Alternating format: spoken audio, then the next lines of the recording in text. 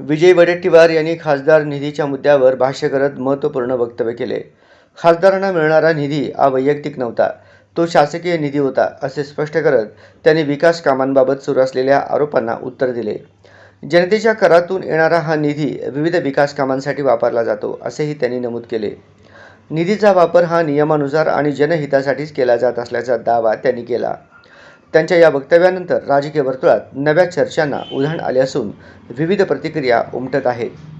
नाही, बरोबर आहे, ते बोलले, ते खरं बोलले। त्यांना निधी शासकीय मिळत होता, वैयक्तिक मिळत नव्हता।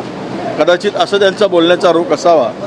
काल आम्ही पाहिलं की कोणत्या खासदाराला किती निधी दिला गेला आणि ते खर्चसुद्धा झालेला नाही आणि तरी निधी मिळत नाही ही बोंब मारणं मला वाटतं की उचित नाही। आता ऑपरेशन टायगर, आता मला वाटतं की वाघाचं पोट भरलं असेल तर वाघाने आता पुन्हा नव्यानं ऑपरेशन करू नये अशी अनेकांची इच्छा आहे।